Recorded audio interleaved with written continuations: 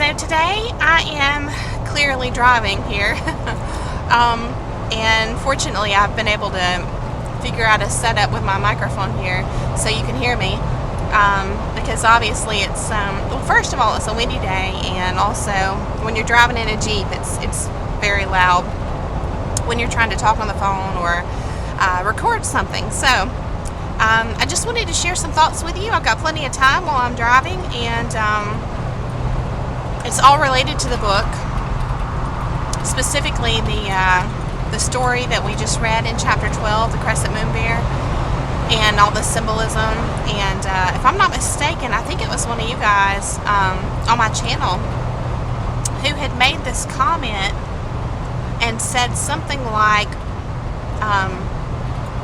the story is everywhere, or it's all the same story, or something like that. And it's true. It's like when you're on a journey to learn and grow, and you're seeking, more wisdom. It's like you're gonna find little bits and pieces that are like little puzzle pieces and clues that just help connect the dots for you in the most random places. And I feel like as a spiritual person, and again, feel free to use your own lens, apply your own lens to everything that I say. If you're not into spirituality, I still feel good that, hopefully, I hope that you'll still get something out of what I'm saying and get the gist of what I'm saying through your own lens, because I know we're all different in that regard. But for me, I feel like as a spiritual person, a lot of times it almost feels like you're led, it's that whole, like I was saying, seek and the answers will be given to you. Basically, knock and the door will be opened. It's that whole concept, but in reality, it's like you're truly seeking in your journey to learn more, and these bits and pieces that help you to wake up, like in stages, are just found everywhere. So the cool thing is, the other night I was watching a couple of movies with my daughter, and it was the first time I had seen them, and I didn't get to really pay as close of attention as I would have liked, but I still wanted to share with you what I noticed in case you had interest and you wanted to either watch the movies or just look into the information that they present, because it goes right along with the symbolism that was in that story in chapter 12, the crescent moon bear. So the movies are Disney movies. It's Frozen and Frozen 2. And, even if you're not into watching kids' movies and cartoons, things like that, I would at least suggest or invite you to look into some of the music. And I'm going to put links in the description below for you to some of the music. If you'll just look at the lyrics to these songs in particular, or listen to the lyrics, I think that it will just help play a part. It did for me. It helped me to further digest the symbolism in chapter 12 that we're kind of meditating on, that we're marinating in. It just helps with all that. And I just feel like it's a journey where, we're climbing the mountain, and it's just a step-by-step kind of thing. And I just really hope that you get something out of this. So down in the description, besides the links to the songs, I'm also going to put some journaling prompts if you have interest, things that just came to me. And so I'm going to go ahead and share with you some of the symbolism that I saw in the movies. And it's not like I've had time, like I said, to really evaluate the movies in depth and put all the pieces together, but it's just things that I want to pass along to you. Yeah, there's going to be a few spoilers as we're talking, so if you want to watch the movies, if you care about that, then I would just come back to this video after you've watched the movies. If you don't care about it, then let's go ahead and move forward. And then, of course, you can take whatever insights I can give you through the video and be aware of those as you're watching the movie. So it just depends on, your approach whichever way you want to go forward with this. So, in the first movie, Frozen, there's two sisters, Elsa and Anna, and it starts with them being little girls, and they grew up in a castle, so their family is royalty, I believe, and Elsa has magic powers, basically, and she and Anna, her younger sister, are playing one day, and she accidentally hurts Anna with her powers. So what she can do is she can freeze things. She can turn things to ice. And she's so young and inexperienced that she doesn't yet know how to handle and manage and be a good steward of these powers. So her sister is, badly wounded, and her parents go and consult, a doctor, and he basically says, of course he's like a magician as well in the movie, and so he says that, I'm going to wipe their memories of, the bad part of this accident, because it would have been so traumatic, and they're only going to remember the good memories. But going forward, you need to keep Elsa, the one with the powers, away and separated from Anna. And so she basically grows up, Elsa grows up in this room, isolated from the rest of the world with these powers. And then their parents take off on a ship and never come home, essentially. So something happens to them. So the sisters grow up, and then one day, as young women, it's time for Elsa's, I think it's called coronation, where they crown her queen of, I think it's called Arendelle, is their city, their town. And so she has to come out of her room, and that's the first time she's seen her sister in a long time, okay? So I'm not going to give you every little detail of the movie from there, but I just wanted to give you the opening part of it. And so she's very paranoid about these powers, and she slips on these gloves because it comes from her hands, where she freezes things.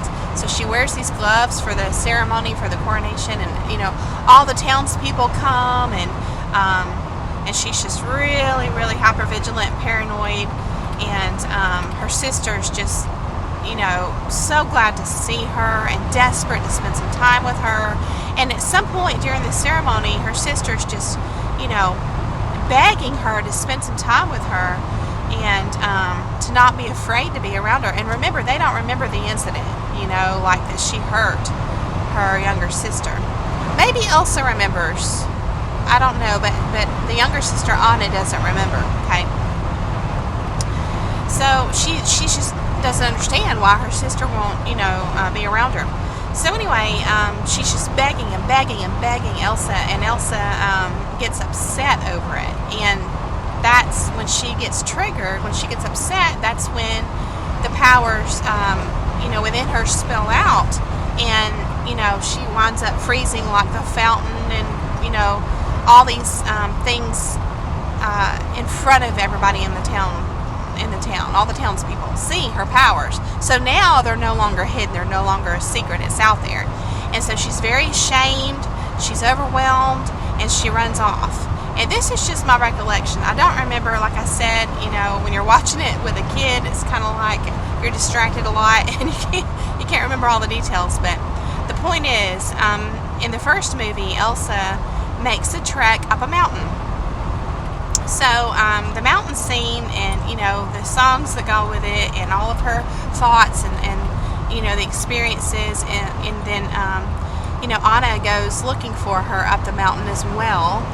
So it's from an adult's point of view, and especially from our point of view, after going through this story, The Crescent Moon Bear, and understanding the symbolism of climbing the mountain, I feel like it can be relevant if we want to get something from it, if we're looking at it from that perspective. And so I just want to encourage you to watch the movie, or at least clips, or at least the music as well. The lyrics are powerful too. And so another thing you can do, just to see if you can get something else from all of this, is to consider what the author of Women Who Run with the Wolves has done, and that is to look at stories through the perspective of all the characters being parts of one person's psyche, and how they all work together, and the different, aspects of each, and how each part may grow and learn, and then, how that impacts another part of the psyche.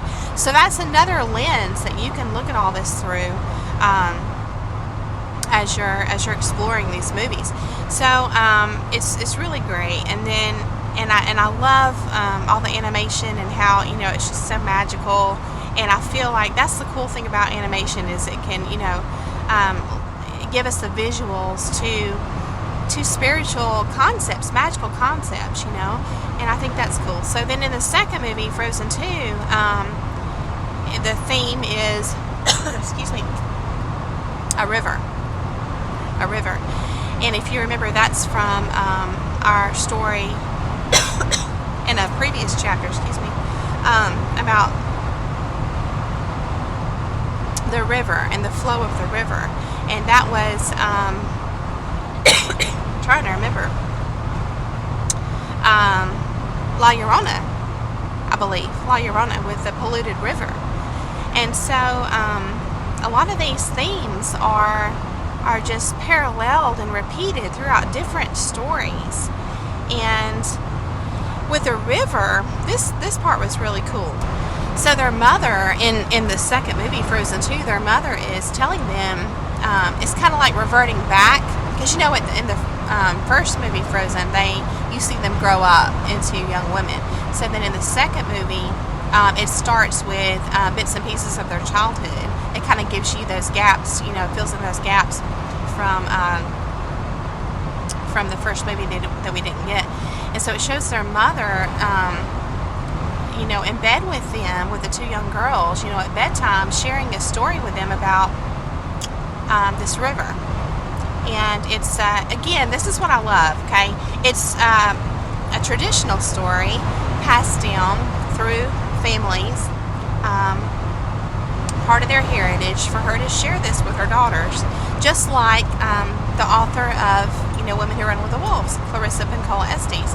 So it's a storytelling tradition, and the mother is singing the story to them about the river, and she's talking about how powerful the river is, and how it holds a lot of history and important things for them to learn, and that it's good to go into the river, but not too deep, because she insinuates that's dangerous, And so if you look at that through the perspective of our stories that we've been looking at in our book, and you're thinking about the river, it's kind of like, as you're learning all about, again, apply your own lens, the spiritual battle, light and dark, and how it operates in the world, or people with good intentions and people with bad intentions, and how this dynamic plays out, with toxic situations that we find ourselves in. However you want to look at this, the river is just grasping the deeper concepts of all that. And so it's kind of like, she's telling the girls that you want to go to the river, and you want to like tiptoe in the river, and kind of gauge how far you want to go, but you certainly don't want to go too deep into it. I can't remember the lyrics, but it's I think it kind of implies that you'll get washed away, or you'll drown, something like that. So if you're looking at it as us learning all of these concepts that just rock your world, and emotionally, and psychologically, as you're coming into all this awareness, it makes sense. If you just jump in, too quickly, it's going to be overwhelming, and I think that it can even throw us into a dangerous state psychologically. If you're not careful, because it's such heavy stuff. And so I just encourage you to look at the theme of the river, not only in these movies, but wherever you may find this theme. If you're just observant as you're out there, different things you come across. And so there's the mountain symbolism in the movies, the river symbolism in the movies. There's the snowman that they build, and they name him Olaf, and he's just a really cute character. And the cool thing is he stays with them in the second movie for a large part of their journey. Excuse me. And then as Elsa is